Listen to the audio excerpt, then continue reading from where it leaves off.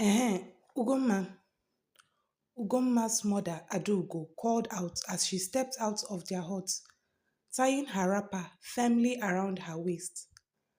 I am going to see Ne Ikemba. I left some money inside the calabash on the mat. When you are done peeling the egusi seeds, you will go and buy some yam from the village market square. Ugomma let out a long, audible sigh as she sat cross legged outside the hut, struggling with the slippery egusi seeds in her hands. But, mother, the village dance is tomorrow. If I go to the market, I won't have time to stop by Nne Okunta's house like I planned. Adugo adjusted her wrapper and waved her hand dismissively.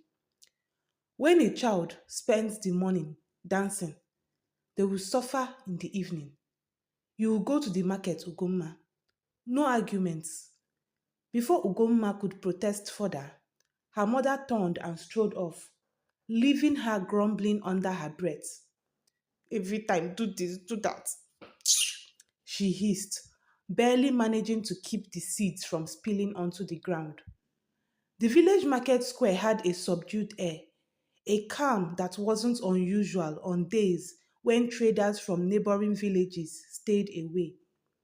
A few stalls dotted the square, displaying modest offerings, bright wrappers, small baskets of bushmeat, and neatly arranged piles of yams and vegetables. The usual haggling was quieter, with women discussing prices in low voices. Children played without urgency in the open spaces, and the occasional bleat of a goat or clatter of a basket was all that broke the gentle rhythm of the day. Ugomma's mood didn't improve as she moved through the chaos, her bare feet kicking up dust.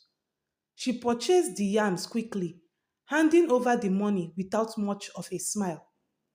As she hoisted the heavy tubers onto her head and turned to leave, something, or rather someone, caught her eye. She froze.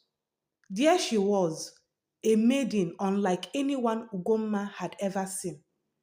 The girl kept her face partially covered with a thin scarf, as though trying to shield herself from prying eyes. Her hair, intricately plaited, caught the midday sun, hinting at the beauty she sought to hide. Her outfit was simple, and yet there was something about the way she moved, graceful but deliberately inconspicuous, that made her impossible to ignore. Ugomma's curiosity deepened when, for a fleeting moment, the scarf shifted, revealing eyes of a piercing, unnatural blue. The sight of them sent a shiver down Ugomma's spine, their brilliance lingering in her mind. Ugomma stared, unable to help herself. The maiden must have felt the weight of her gaze because their eyes locked for a fleeting moment. Embarrassed, Ugomma quickly looked away, clutching her yams as if they might fall. She hurried off, her heart thudding in her chest. The bush path leading home was quiet, except for the rustle of leaves and the occasional chirp of a bird. Ugomma adjusted the yams on her head and tried to shake the image of the blue eyed maiden from her mind, but she couldn't. She was still deep in thought when she heard footsteps behind her. Glancing over her shoulder, she saw her, the same maiden, now leading a goat on a rope. Ugomma's pulse quickened. Should she say something? What if she said the wrong thing? Before she could overthink, she slowed her pace, giving the girl a chance to catch up. Soon they were walking side by side. Funny, Ugomma blurted out, a nervous smile creeping onto her face. Yam and goats. She immediately regretted how ridiculous she sounded. The maiden chuckled softly, her blue eyes twinkling. Yes, a funny combination. Ugomma's heart fluttered. She scrambled to think of something else to say. I haven't seen you around here before, she said, sneaking another glance at the girl's eyes. They were even more mesmerizing up close. Really? The maiden tilted her head slightly. Well, maybe because I usually don't go out much. Because of my eyes. Her voice was soft, yet it carried a quiet confidence. Ugomma's brows furrowed. Because of your eyes? But they are so beautiful, she said earnestly, then bit her lip, suddenly embarrassed by her boldness. The girl smiled shyly. Thank you, but not everyone thinks so. Ugomma wanted to say more, to reassure her, but words failed her. For a moment, they walked in silence, the sounds of their footsteps mingling with the rustle of the trees. Suddenly, the maiden stopped, a look of realization crossing her face. Ah, that is true. My mother's clothes are still drying up the stream. I need to go pick them up. Ugomma's heart sank. This was her chance to say goodbye and head home. But the thought of parting so soon made her chest tighten. She took a deep breath, summoning her courage. I can accompany you, she offered, her voice bright with enthusiasm. The maiden turned to her, surprise flickering across her face before it softened into a smile. If you don't mind. Not at all, Ugomma said, quickly beaming. They continued down the path together, Ugomma clutching her yams while stealing glances at the mysterious maiden walking beside her. What's your name? Ugomma asked as they got closer to the stream. Her voice was hesitant, almost timid. The maiden smiled, her lips parting in a way that seemed effortless. Uju, she replied, her tone soft, almost musical. She tied her goat to a tree and knelt by the stream, gathering her mother's clothes into a neat pile. Ugomma stood a few feet away, watching her. There was something captivating about Uju's every movement.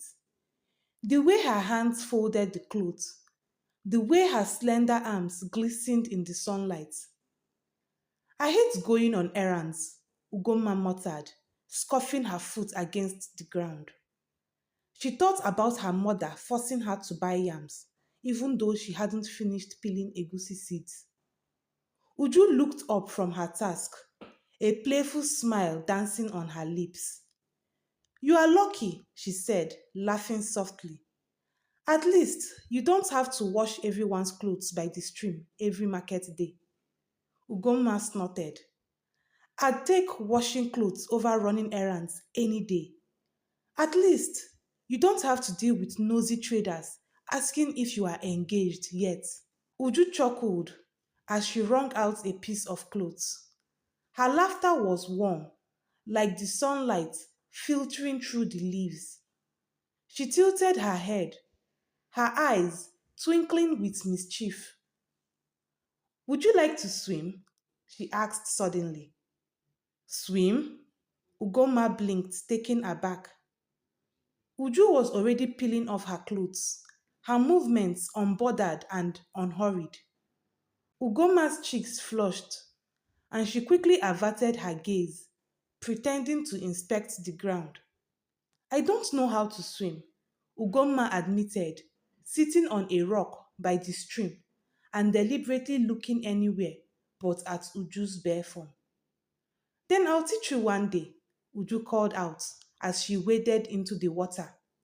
She dived beneath the surface, her lit body cutting through the water like a fish. Ugomma couldn't stop herself from watching.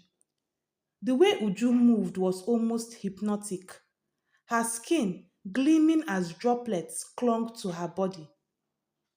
Each time Uju raised herself above the water, Ugomma's heart skipped a beat. A strange, unfamiliar tingle coursed through her, leaving her breathless. Uju noticed her gaze and chuckled, her voice echoing across the stream. You've been looking at me strangely, she teased, a sly grin forming on her lips. Ugomma's face burned. She opened her mouth to deny it when Uju suddenly shrieked, pointing toward the bank. Oh no! Startled, Ugomma turned to see Uju's goat munching on one of the yams she had bought. Hey, whoa! My mother will kill me today! Ugomma cried, leaping to her feet. She grabbed a stick and waved it at the goat, managing to salvage what was left of the yam. Uju hurried out of the water, quickly throwing her clothes back on as she rushed to help.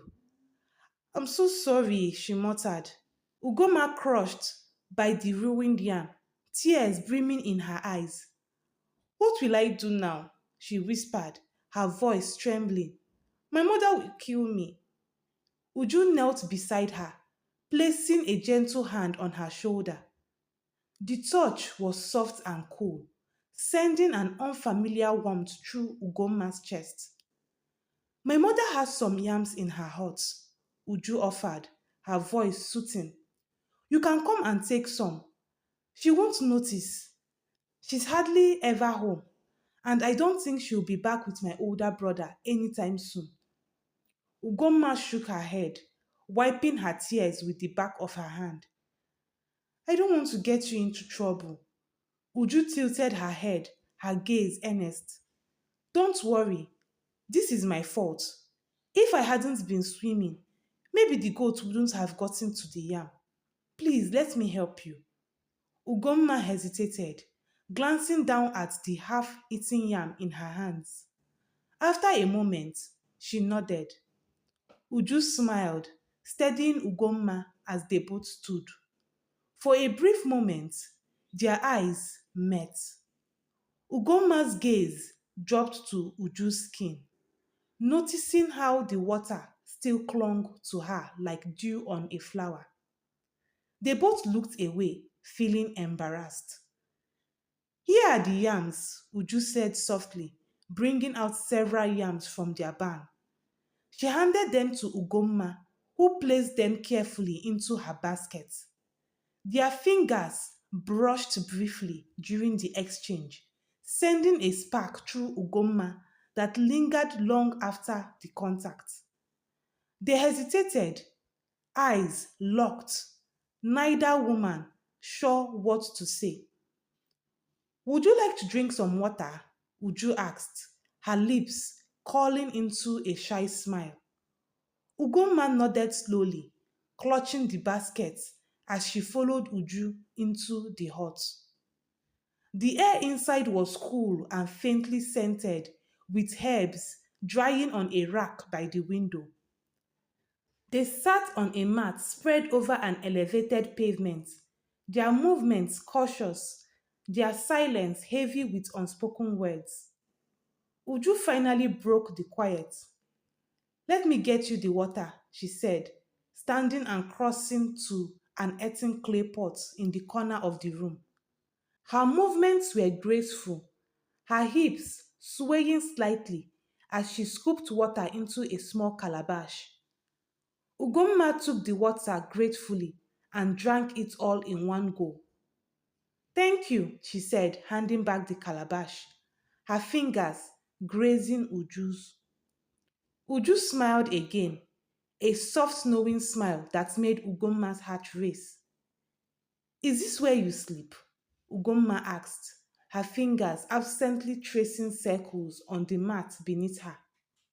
Yes, Uju replied, settling back down on the mat. This is my hut. The other two outside belong to my mother and older brother. Ugomma nodded, glancing around the cozy space. Her gaze returned to Uju, who was watching her with an intensity that made Ugomma's cheeks flush. Without thinking, Ugomma reached out and grabbed Uju's fingers, her thumb lightly tracing small circles around them. Uju inhaled sharply, the sound barely audible but enough to send a shiver through Ugomma. Will you go to the dance tomorrow? Ugomma asked, her voice softer now, her gaze locked on Uju's. No, Uju replied, not breaking eye contact. Why not? Ugomma tilted her head slightly. Uju hesitated, then sighed. I try to stay away from public gatherings because of your blue eyes, Ugomma finished for her. Uju nodded, a flicker of vulnerability crossing her face. My mother says I should avoid drawing attention to myself so people don't see me as different. She's afraid of what they might do. Ugomma frowned. But why hide yourself? Your eyes are beautiful. Uju's lips parted slightly, her expression unreadable. Not everyone thinks so, she murmured. Ugomma's chest tightened. She wanted to say more but held back, unsure if her words would do justice to the feelings stirring inside her. Instead, she changed the subject. Well, I should get going. I need to make my hair for the dance tomorrow. Uju tilted her head, a teasing smile playing on her lips. So, you are looking for a husband? Ugomma laughed awkwardly, brushing a stray strand of hair behind her ear. It's part of our custom, isn't it? At my age, I should already be married. I've missed 3 years. Anything to get away from my mother's nagging. Uju sighed softly, her gaze dropping to her lap. I can make hair, she said quietly. Ugomma's eyes widened. Are you serious? Uju looked up, smiling.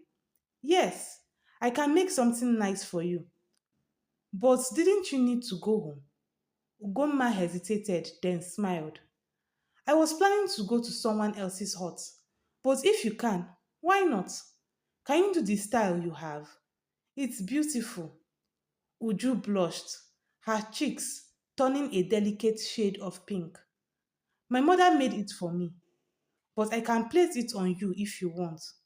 Yes, please, Ugomma said, settling on the floor. She rested her shoulders between Uju's legs, feeling the warmth radiating from her body. The closeness was intoxicating, every subtle shift of Uju's body making her heart race. As Uju parted Ugomma's hair and took a strand, her hands were gentle, her touch feather light against Ugomma's scalp. Ugomma let out a soft sigh, leaning into the soothing sensation. Her elbow rested on Uju's knee, her breathing slowing as she surrendered to the moment. Uju's fingers moved deftly, weaving strands of hair with care.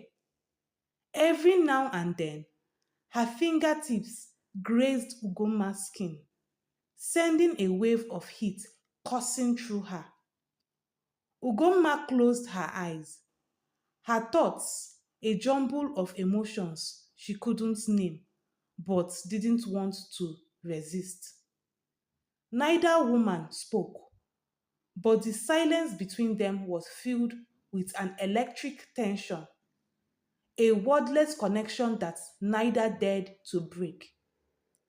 Ugomma stole glances at her, trying to make sense of the strange feelings stirring inside her. Do you really need to go for the dance tomorrow? Uju asked suddenly, her voice low but curious. Ugomma tilted her head slightly, surprised by the question. Why do you ask? Uju hesitated, her hands stilling for a moment before resuming. It just seems like a lot of people, loud, crowded. Her words came slowly, like she was choosing them carefully. Ugomma laughed lightly, turning her head slightly to catch a glimpse of Uju's face. That's just how it is every year. Why? Are you planning to sneak in and watch? Uju's expression darkened briefly, her lips pressing into a thin line. She didn't answer. Instead, she finished the last braid and gently patted Ugoma's shoulder. All done. Ugomma stood, adjusting the basket of yams on her head. She turned to Uju with a warm smile. Thank you. I'm glad I met you. Maybe I'll see you again. As she took a step toward the door, Uju suddenly reached out, grabbing her hand. Ugomma froze, startled by the firm but gentle touch. Uju's lips curved into a faint smile, but her eyes held something deeper, an unreadable intensity. Stay away from the river, Uju said softly, her tone laced with an odd seriousness. Since you don't know how to swim yet. Ugoma frowned slightly, confused, but nodded. I'll keep that in mind. Thank you again. She walked away, her footsteps light despite the weight of the yams. Ugoma couldn't shake the feeling that there was more to Uju than met the eye. She smiled to herself, thinking about the way Uju's blue eyes had softened when they talked. That night, Ugomma lay on her bamboo mat, her thoughts swirling with memories of the day. She had never seen anyone like Uju before. Her beauty, her confidence, and the strange mix of warmth and distance she radiated. As she drifted into sleep, the image of Uju smiling at her lingered. Her dreams came in vivid, disjointed fragments. She was back in Uju's hut, sitting cross legged on the mat. Uju had just finished plaiting her hair, and they were chatting about nothing in particular. Suddenly, Uju leaned in, her eyes locking onto Ugomma's. You are beautiful, Uju whispered, her voice like a soft caress. Before Ugomma could react, Uju kissed her, a soft, lingering kiss that sent a jolt through her. Ugomma woke with a start, her chest rising and falling rapidly. She sat up, running a hand through her now disheveled hair. Kiss kwa, she muttered to herself, her cheeks burning with embarrassment. Why am I dreaming about kissing a girl, Biko kwa? As she swung her legs off the mat, she noticed a telltale discomfort. Her monthly flow had started. Why now? She groaned, rising to gather her things for a bath. The next morning, the village buzzed with excitement. The day of the dance had arrived, a day when maidens displayed their beauty and grace, and eligible young men vied for their attention. Ugomma prepared herself carefully, adjusting her wrapper and smoothing her newly plaited hair. She joined the other maidens in the square, the air alive with the sound of drums and chatter. As the drummers struck their rhythms, the maidens began to dance, their movements fluid and full of energy. Ugomma gave it her all, determined to stand out this year. She watched as the young men gathered, scanning the dancers and stepping forward one by one to request a dance. Just as she feared, their attention seemed to gravitate toward the maidens with fuller figures, the ones who always had men lining up for them. Ugoma sighed inwardly, her energy waning. But then, just as she was about to slow down, she noticed someone approaching. It was Agu, one of the village hunters. His tall, imposing figure cut through the crowd, and he stopped in front of her, a playful smile on his face.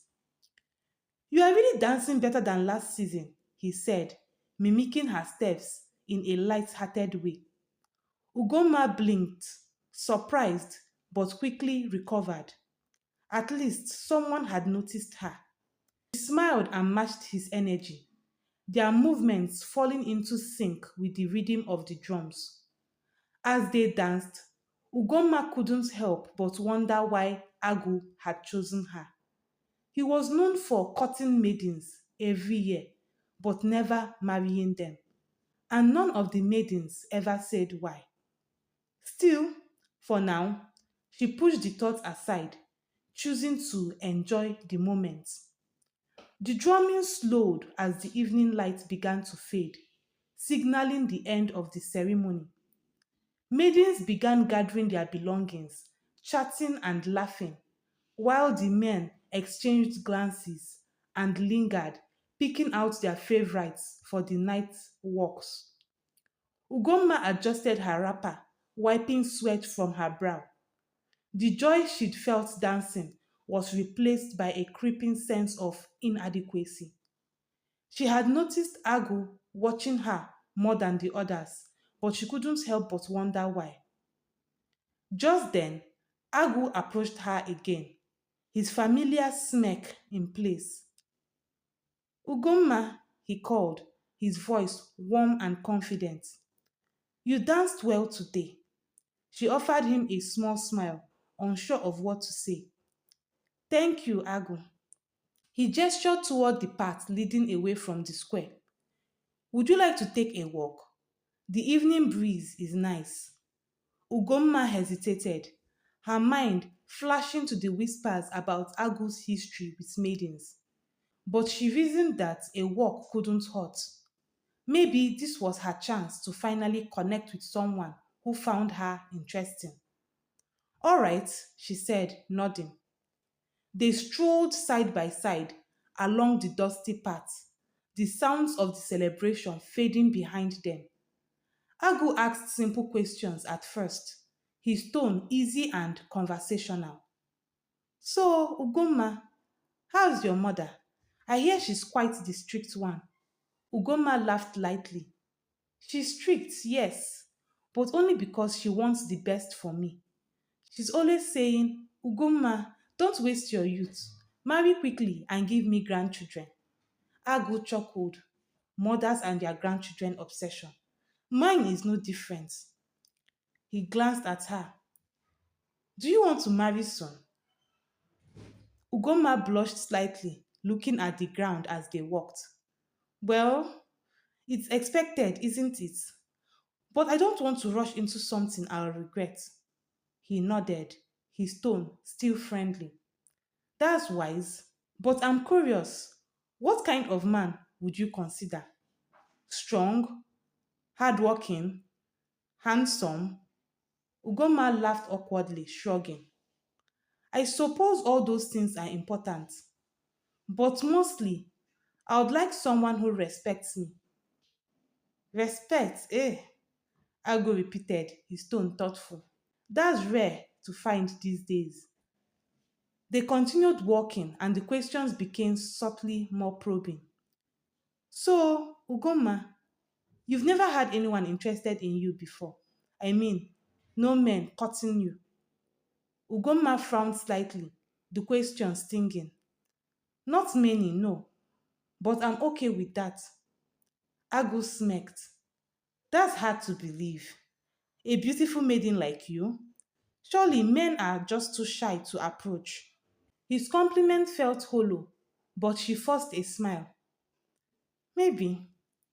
The path grew darker, the surrounding trees casting long shadows. Ugomma realized with a start that they were far from the village square, almost at the edge of their community. She glanced around uneasily, her heart beginning to race. I should head back, she said, trying to sound casual. It's getting late, and I don't know this part of the village too well. Agu laughed, his tone suddenly sharper. What's the rush? It's just a walk. Besides, it's nice here, isn't it? Ugomma's unease deepened. She slowed her steps. I think I'll feel better heading home now. My mother will be worried. Agu stopped walking and turned to her, his expression shifting. The warmth in his eyes was replaced by something darker, something that made Ugomma's stomach twist. Don't be so uptight, he said, stepping closer. You know, you're not like the other maidens. You seem different. Ugomma tried to laugh it off, taking a step back. Thank you, but I really need to go. Agu's hand shot out, grabbing her wrist. His grip was firm, and his eyes bore into hers. Why are you acting like this? Do you think the other maidens get married by acting shy? No, Ugomma. They give a little, show their willingness. Her heart hammered in her chest as she pulled her hand free. Let me go, Agu. I don't want to do this. Agu's face hardened, his voice low and menacing. Stop pretending to be better than everyone else. You think men will line up for you if you don't give them something first? She shook her head, fear taking over. No, that's not how it works. Leave me alone. When she turned to walk away, he grabbed her from behind, his hands rough against her arms. You're not going anywhere until I get what I want, he growled, trying to push her to the ground. Without thinking, Ugoma slapped him hard across the face. The sound echoed in the stillness of the night, and Agu stumbled back, momentarily stunned. Seizing the chance, Ugoma broke free and ran, her legs carrying her blindly through the darkened path. Tears streamed down her face as she ran faster, her surroundings blurring. She could hear Agu cursing behind her, his footsteps pounding against the dirt. Stop running, he shouted, his voice full of anger. Her lungs burned, her mind racing.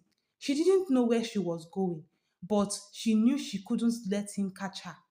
Suddenly, she came to an abrupt stop. A river stretched out before her, its dark waters glinting under the faint moonlight. She froze, her chest heaving. Uju's warning rang in her mind. Stay away from the river since you don't know how to swim yet. Panic gripped her as Agu's footsteps grew louder behind her. She turned, tears streaming down her face, and saw him emerge from the shadows, his face twisted with rage. Trapped, she muttered to herself, I knew it. No man would ever truly be interested in me. As Agu advanced, she cried out, her voice cracking, Please, don't do this. He laughed coldly. What choice do you have? You think you can run from me? With no other options, Ugoma made a split second decision. She turned back to the river, her heart pounding with fear. God, help me, she whispered, and with one last look at Agu, she leaped into the dark, rushing water.